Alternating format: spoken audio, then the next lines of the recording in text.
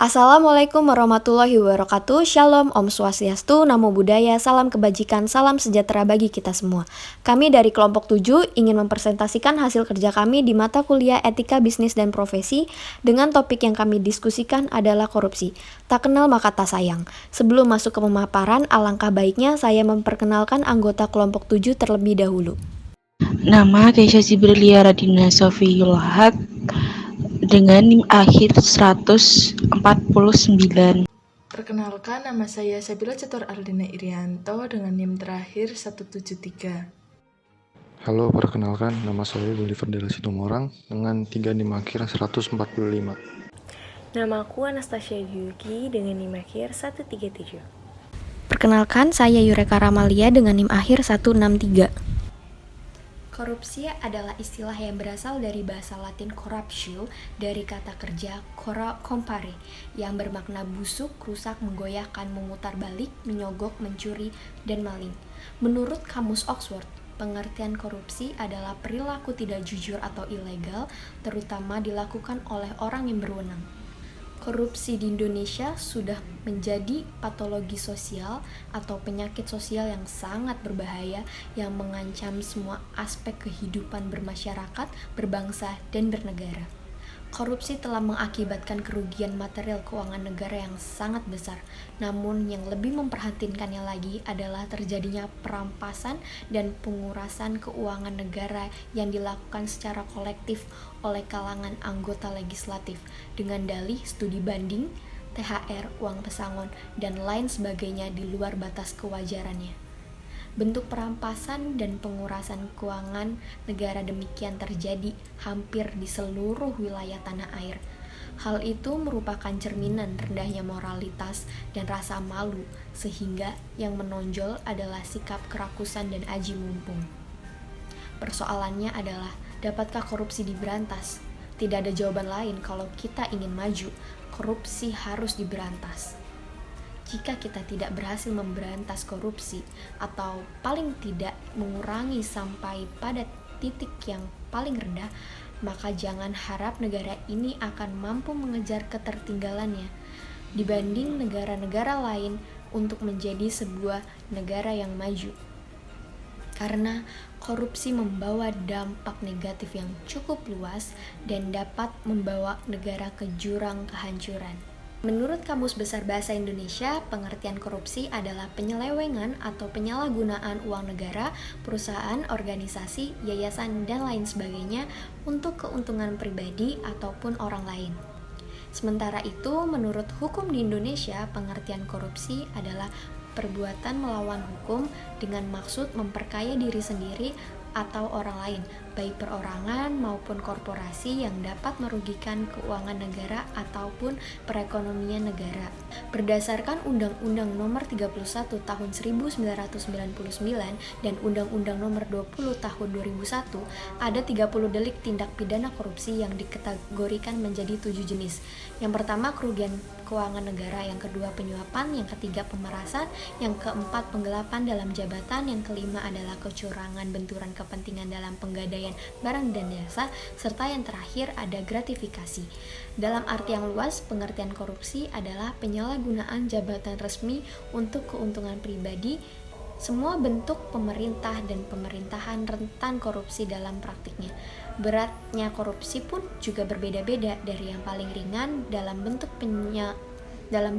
penggunaan pengaruh dan dukungan untuk memberi dan menerima pertolongan, sampai dengan korupsi berat yang diresmikan dan lain sebagainya. Baik, selanjutnya ada pandangan dan pemahaman para ahli mengenai korupsi.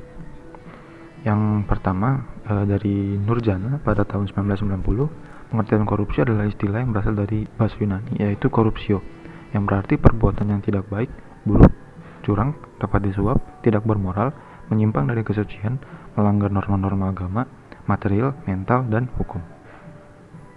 Lalu yang kedua dari Juniadi Suwartojo pada tahun 1997, pengertian korupsi adalah tingkah laku atau tindakan seseorang atau lebih yang melanggar norma-norma yang berlaku dengan menggunakan dan atau menyalahgunakan kekuasaan atau kesempatan melalui proses pengadaan, penetapan pungutan, penerimaan atau pemberian fasilitas atau jasa lainnya yang dilakukan pada kegiatan penerimaan, dan atau pengeluaran uang atau kekayaan, penyimpanan uang atau kekayaan, serta dalam perizinan dan atau jasa lainnya dengan tujuan keuntungan pribadi atau golongannya, sehingga langsung atau tidak langsung merugikan kepentingan dan atau keuangan negara atau masyarakat. Lalu yang ketiga dari Haryat Moko, pengertian korupsi adalah upaya menggunakan kemampuan campur tangan karena posisinya untuk menyalahgunakan informasi, keputusan, pengaruh, uang, atau kekayaan demi kepentingan keuntungan dirinya. Lalu yang keempat dari Mubiarto, pengertian korupsi adalah suatu masalah politik lebih daripada ekonomi yang menyentuh keabsahan atau legitimasi pemerintah di mata generasi muda, kaum elit terdidik, dan para pegawai pada umumnya. Akibat yang akan ditimbulkan dari korupsi ini yakni berkurangnya dukungan pada pemerintah dari kelompok elit di tingkat provinsi dan kabupaten. Pengertian korupsi menurut Syekh Hussein Alatas. Pengertian korupsi adalah subordinasi kepentingan umum di bawah kepentingan pribadi yang mencakup pelanggaran norma, tugas dan kesejahteraan umum yang dilakukan dengan kerahasiaan, pengkhianatan, penipuan, dan kemasabodohan dengan akibat yang diderita oleh rakyat. Kemudian, korupsi menurut Gunnar Myrdal. Pengertian korupsi adalah suatu masalah dalam pemerintahan karena kebiasaan melakukan penyuapan dan ketidakjujuran membuka jalan membongkar korupsi dan tindakan-tindakan penghukuman terhadap pelanggaran. Tindakan dalam pemberantasan korupsi umumnya dijadikan pembenar utama dalam KUP militer. Kemudian pengertian korupsi menurut Robert Kliegard. Korupsi adalah suatu tingkah laku yang menyimpang dari tugas-tugas resmi jabatannya dalam negara, di mana untuk memperoleh keuntungan status atau uang yang menyangkut diri pribadi atau perorangan, keluarga dekat, kelompok dan kelompok sendiri, atau melanggar aturan pelaksanaan yang menyangkut tingkah laku pribadi. Kemudian pengertian korupsi menurut S. Hombi.